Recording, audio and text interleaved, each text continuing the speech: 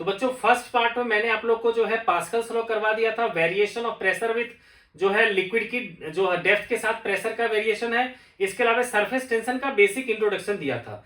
तो अब यहां से बच्चों सरफेस टेंशन का मेन टॉपिक हम लोग स्टार्ट कर रहे हैं। ठीक है बच्चों, तो जो बच्चे नए हो बच्चों उस चैनल को सब्सक्राइब कर लो। ठीक है, तो स्टार्ट करते। देखो बच्चों क्या होता है सरफेस टेंशन का। बच्चों फर्स्ट पार्ट में डेफिनेशन लिखवाया था मैंने कि किसी लिक्विड की वह प्रॉपर्टी जिसके कारण वो अपने आप को मिनिमम एरिया में लाना चाहता है, उसी को कहते हैं हम लोग सरफेस टेंशन, है ना बच्चों। इसीलिए बताया था कि जब जैसे देखो सेविंग ब्रश को पानी में डाल देता है ऐसे फैल जाता है, और जैसे बाहर निकालो चिपक जाता है ना। तो उसका कारण क्या है? Surface tension. वो अपने आप को मिनिमम एरिया में लाना चाहता है। ठीक है, ठीक है ना बच्चों, तो ये रीजन है। अब देखो बच्चों इस पर बेस्ड बेटा का अगर क्वेश्चन कभी पूछना होगा उसको तो कैसे पूछ सकता है वो। तो मान लो बच्चे दे देगा कोई टेबल, है ना, जिसमें हल्का सा पानी दे देगा यहाँ पर, और फिर आपको दे देगा बच्चे जैसे कि यहाँ पर मान लो पानी, ठीक है, और आपको दे देगा कि एक मान लो ब्लॉक है ना, उस ब्लॉक के बॉटम का डायमेंशन दे देगा, लेंथ दे देगा, एल दे देगा, बी दे देगा। तब पूछेगा आपको कि बताओ अगर इस पर मैंने एक पुल्ली लगा करके, है ना, यहां पर हमने एक दूसरा वेट लगा दिया mg, है ना, तो ये बताओ यहां पर सरफेस टेंशन कितना होगा। ठीक है, तो यानी कि ऐसे क्वेश्चंस आते हैं बच्चों। तो होता क्या है बच्चों, सरफेस टेंशन बेसिकली होता है हमारा फोर्स पर यूनिट लेंथ। कहां पर से? तो देखो बच्चा अगर मान लो कोई भी लिक्विड है हमारा, है ना, अगर मान लो लिक्विड सरफेस ये लिया, जिसमें से सरफेस टेंशन हर समय कोशिश करता है इस लाइन के परपेंडिकुलर करता है ना। अब कहोगे सर इसका मतलब क्या, तो बताता हूं। तो बच्चों अगर यहां पर जो है हमारा फोर्स लग रहा है F, तो सरफेस टेंशन क्या होगा? Force by length. तो बच्चों इस केस में सॉरी, देखो अगर मान लो ये जो है ब्लॉक है ना बच्चे, इस ब्लॉक की डायमेंशन दे रखा है L और B। तो बच्चों जो सरफेस टेंशन लगेगा, जैसे कि ब्लॉक का ये लेंथ है, तो इस लेंथ पे भी सरफेस टेंशन लगेगा, इधर के B पे भी लगेगा, इधर L पे भी लगेगा, इधर B पे भी लगेगा। तो ऐसे में नेट फोर्स को हम लोग क्या कह सकते हैं? सरफेस टेंशन इंटू उसका पेरीमीटर, जो होगा 2 इंटू एल प्लस बी। ठीक है बच्चों, तो ये हो गया हमारा सरफेस टेंशन से डायरेक्ट जो रिलेटेड न्यूमेरिकल्स आएंगे उसके लिए कंसेप्ट। अब उसके बाद आता है बच्चों टॉपिक सरफेस एनर्जी। ठीक है, तो ये बच्चा सरफेस एनर्जी क्या होता है हमारा, कि जब किसी भी सरफेस के लिए अगर हमने एरिया चेंज करने की कोशिश की तो उसमें जो वर्क डन होता है उसी कहते हैं सरफेस एनर्जी। थोड़ा टॉपिक ले लेते हैं हम लोग अब, सरफेस एनर्जी। ठीक है बच्चों, तो इसको कह सकते हैं work done in changing the area of surface, area of surface in fluid, है ना बच्चे, क्योंकि फ्लूइड जो है वहां पर अपना सरफेस टेंशन लगाएगा, तो उसके अगेंस्ट अगर आपने एरिया चेंज करने की कोशिश करी तब जो है आपको लेकिन वर्क डन करना पड़ेगा, उसको कहेंगे हम लोग सरफेस एनर्जी। ठीक है बच्चों, तो होता क्या है बच्चों, इसको इस तरह से समझो। मान लो बेटा एक यू शेप का आपके पास एक फ्रेम था, उस पर आपने मूवेबल एक वायर लगा दिया। ठीक है, अब इस पूरे सॉल्यूशन में क्या किया, इसको आपने एक सोप सॉल्यूशन में डिप कर दिया। ठीक है, तो जो ये रॉड यहां पर था वो क्या हो गया, थोड़ा सा अंदर आ जाता है। ठीक है, वो यहां पर आ जाता है, क्योंकि सरफेस टेंशन उसको चाहता है मिनिमम एरिया में लाने की कोशिश करता है ना बच्चे। तो सोप के कारण बच्चे जो अंदर की तरफ आया है, ठीक है, तो ये तो खुद आ गया है अंदर की तरफ।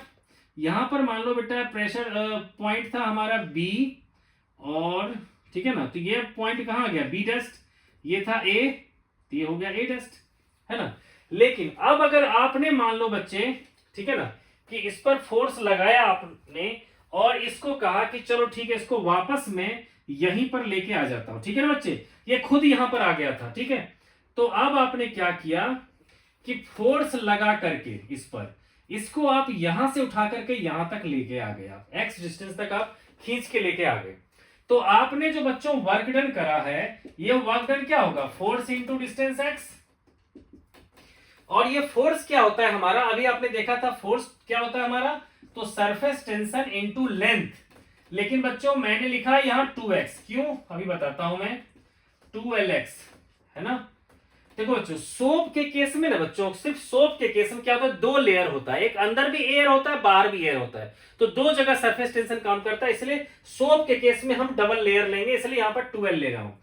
तो ये क्या होगा बच्चों, surface into change in area, ये आ जाएगा हमारा वर्क डन, और यही वर्क डन आएगा stored surface energy, surface energy. तो बच्चों अगर यहां से आपको सरफेस टेंशन को डिफाइन करना हो तो क्या कह सकते हो आप लोग कि surface energy per unit area, तो देखो कह सकता हूं मैं कि surface tension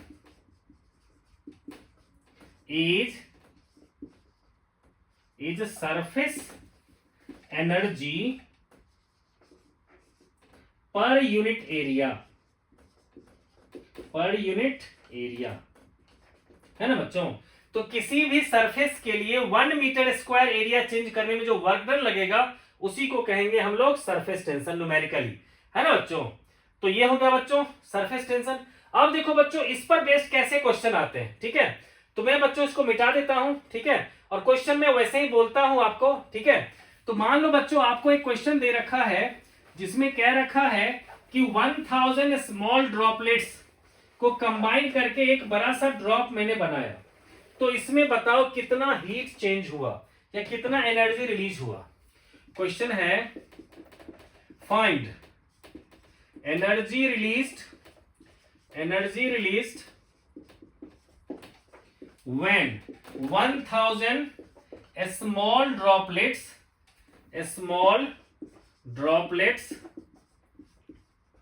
combine to form a big drop, ठीक है बच्चों। तो देखो बच्चों इस क्वेश्चन को हम लोग कैसे करेंगे। देखो बच्चों, तो पहले तो बच्चों हम लोग लगाते हैं फ्रॉम कंजर्वेशन ऑफ मास, है ना, फ्रॉम कंजर्वेशन ऑफ मास, क्या, तो 1000 स्मॉल ड्रॉपलेट का मास इक्वल्स टू बड़े वाले स्फेयर का मास, यानी कि 1000 into 4/3 pi R cube into density equals to क्या होगा, 4/3 पाई आर का क्यूब इंटू डेंसिटी। तो डेंसिटी से डेंसिटी कैंसिल, 4/3 पाई कैंसिल, तो कैपिटल आर आ गया बच्चों 10 इंटू स्मॉल आर, है ना, यानी कि बड़े वाला जो स्फेयर होगा उसका रेडियस आ गया इतना। अब आप लोग को बेटा जी वर्क डन जो है वो क्या होगा, surface tension into change in area.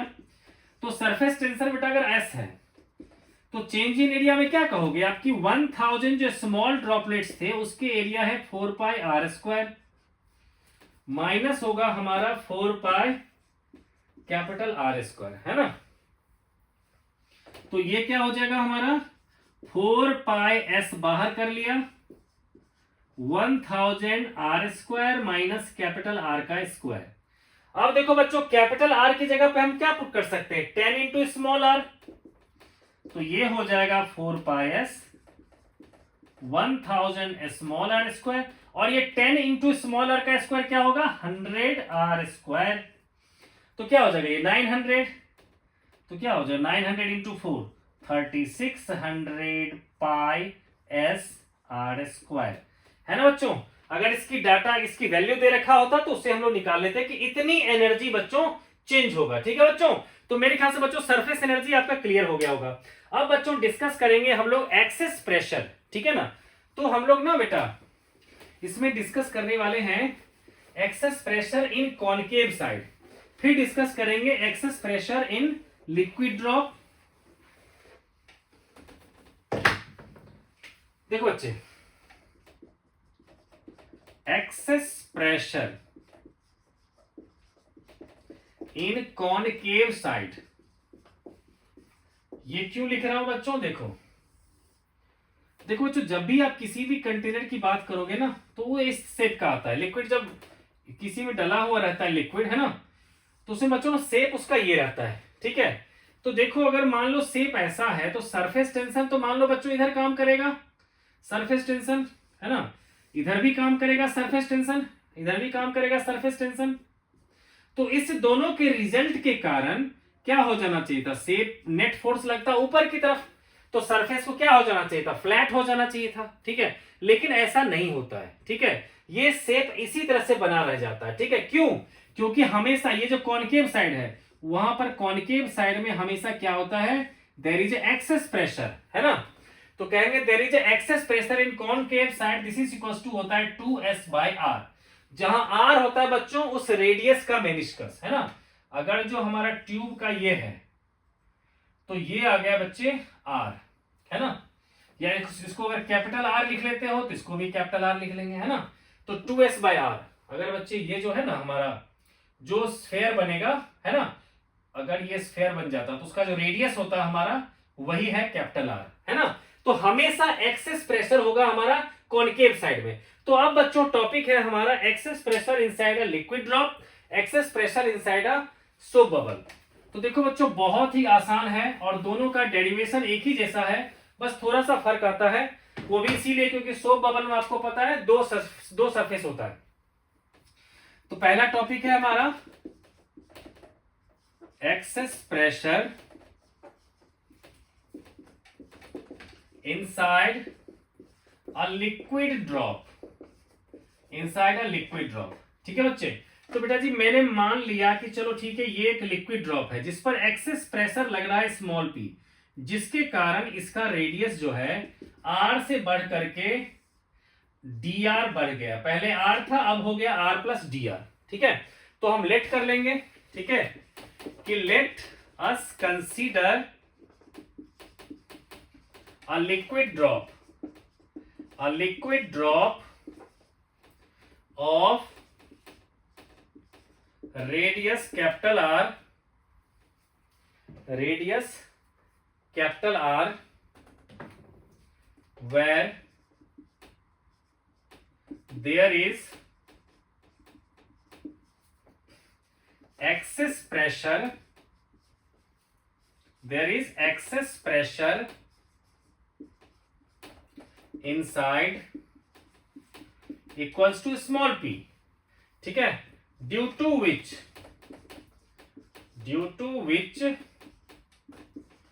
the radius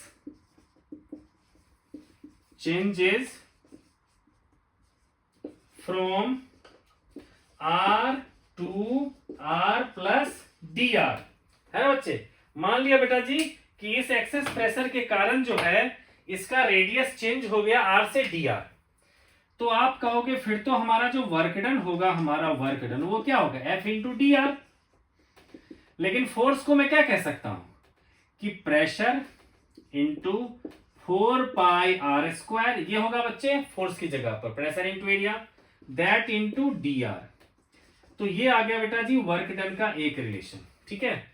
लेकिन आपने कहा सर सरफेस एनर्जी में वर्क डन का पढ़ा है हमने surface tension into change in area, तो कहोगे बट वर्क डन होता है surface tension into change in area, यानी कि सरफेस टेंशन, अब देखो चेंज इन एरिया क्या हो गया, तो r प्लस डी आर हो गया था रेडियस माइनस 4πr², तो आपने 4π कॉमन ले लिया, तो ये क्या आ गया r² प्लस डी आर का square plus 2r dr minus r², है ना बच्चों। तो देखो r² क्या होगा, कैंसिल हो जाएगा, है ना, ये और ये कैंसिल हो जाएगा, ओके। तो अब लिख सकते हैं हम लोग, देखो dr² को हम लोग इग्नोर कर देते हैं, तो बचेगा क्या, फिर बचेगा ये हमारा 4πs इंटू 2r dr, और यहां पर लिख देंगे since dr² is very small can be ignored, है ना, स्मॉल कैन बी इग्नोर्ड, आप लोग लिख दोगे बच्चे very small can be ignored, है ना। तो ये आ गया बच्चों।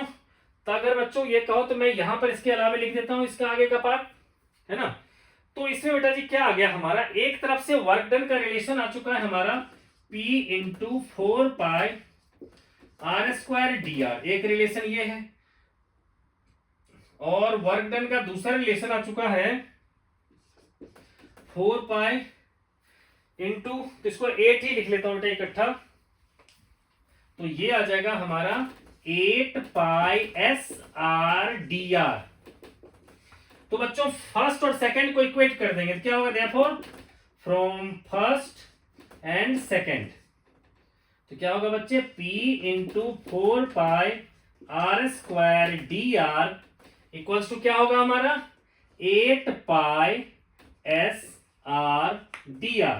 इससे बच्चों सॉल्व करोगे, dr dr कैंसिल हो जाएगा एक r से, तो ये देखो 4π है तो ये 2 हो जाएगा, तो P का फॉर्मूला आ जाएगा 2s/r। ठीक है ना बच्चे, तो ये आ गया excess pressure inside the liquid drop. ठीक है बच्चों, तो बच्चों अगर आपको अगर करना है बेटा सोप बबल के लिए, है ना, तो यहां पर बच्चों जो हम लोग 4π ये लेते हैं, तो वहां पर 2 सरफेस होगा, तो यहीं पर हमें क्या करना पड़ेगा, 2 लगाना पड़ेगा। ठीक है, तो मैं बच्चों इतना ज्यादा लिखने की बजाय मैं सोप बबल का थोड़ा सा शॉर्ट में कर देता हूं। ठीक है, तो ये बेटा था लिक्विड ड्रॉप का। अब हम लोग डिस्कस करेंगे excess pressure inside a soap bubble.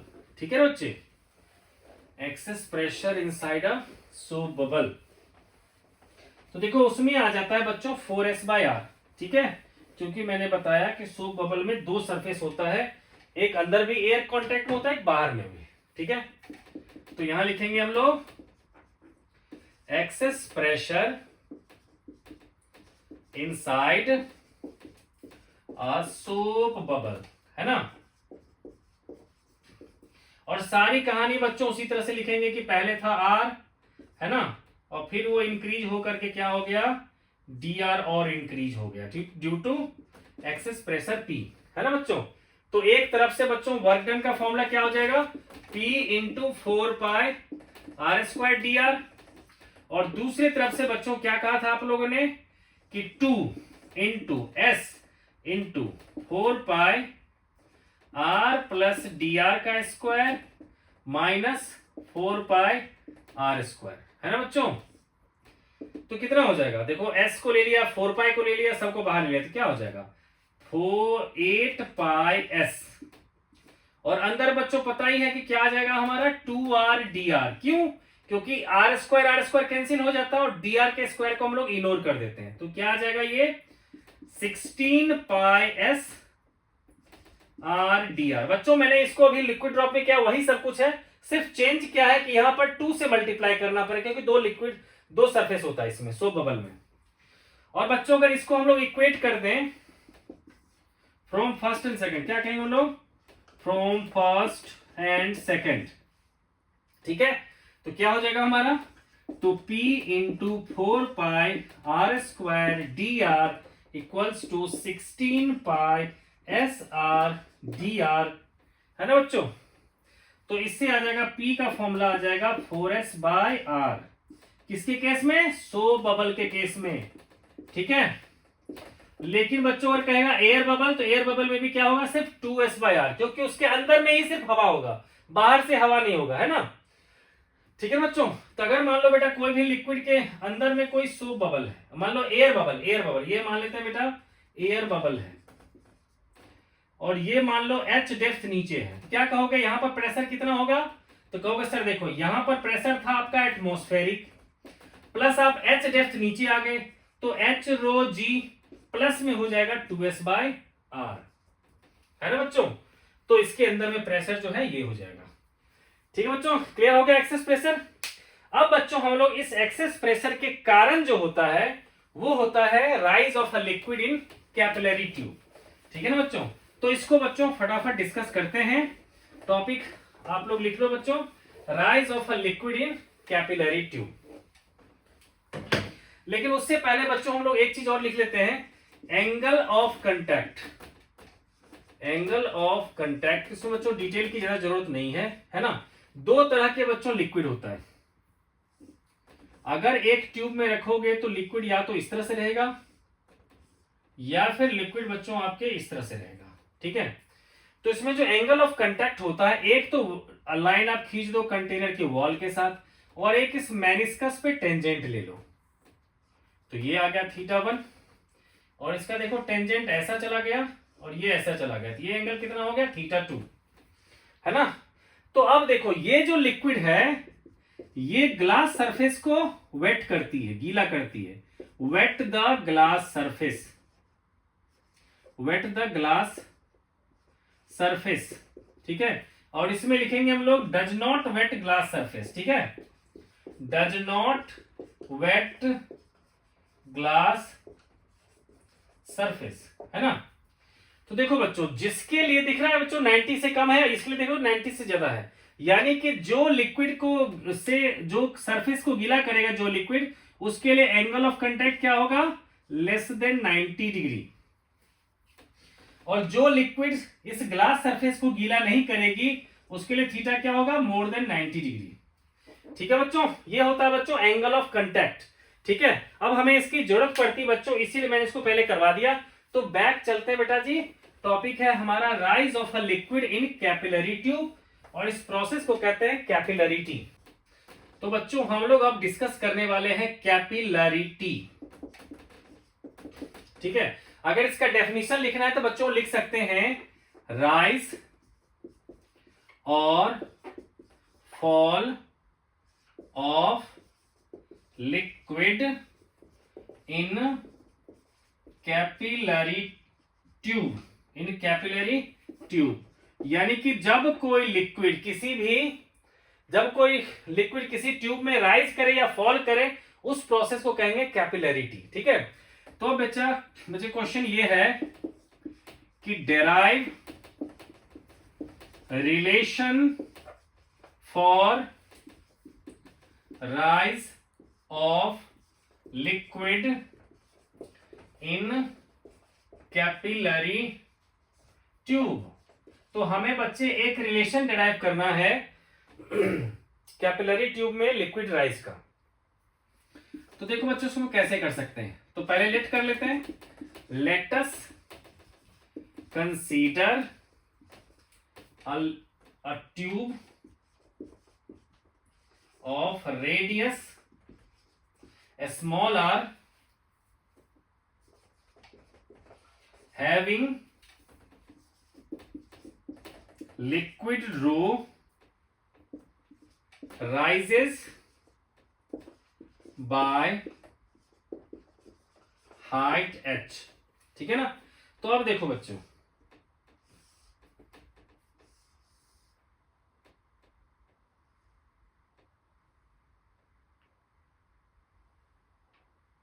ये देखो बच्चों ऐसा हमने डायग्राम बना दिया। ये जो है h हाइट तक लिक्विड जो है राइज कर चुका है। ये देखो बेटा एयर है, तो यहां प्रेशर क्या होगा, PA। अब इस पॉइंट को बेटा जी जस्ट नीचे जो है इसको लिखा मैंने PB, और इस पॉइंट को लिखा मैंने C, और इस पॉइंट को लिखा मैंने D, है ना बच्चों। तो ये पूरा का पूरा लिक्विड राइज कर चुका है। ठीक है, तो देखो बच्चों, आपको पता है बच्चों कि हमेशा कॉनकेव साइड में एक्सेस प्रेशर होता है 2s/r के इक्वल। ठीक है, तो बेटा r क्या होता है, कैपिटल R यहां है रेडियस ऑफ मेनिस्कस। जो हमारा बेटा ट्यूब जो है ना, ट्यूब में जो मेनिस्कस बना हुआ है, मतलब एक स्फीयर सोचो बना हुआ है, उसकी रेडियस है कैपिटल R, और ये ट्यूब की लेंथ रेडियस है स्मॉल r। तो मैं जब भी 2s/r की बात करता हूं तो वो उस मेनिस्कस की रेडियस कैपिटल R है। ठीक है, तो बेटा मैंने कहा कि कॉनकेव साइड में हमेशा एक्सेस प्रेशर होगा, तो कॉन्वेक्स साइड में क्या होगा, उतना प्रेशर कम हो जाएगा। तो मैं यहां लिखूंगा कि PB इक्वल्स टू क्या होगा, जो यहां प्रेशर था PA माइनस 2s/R, है ना बच्चों।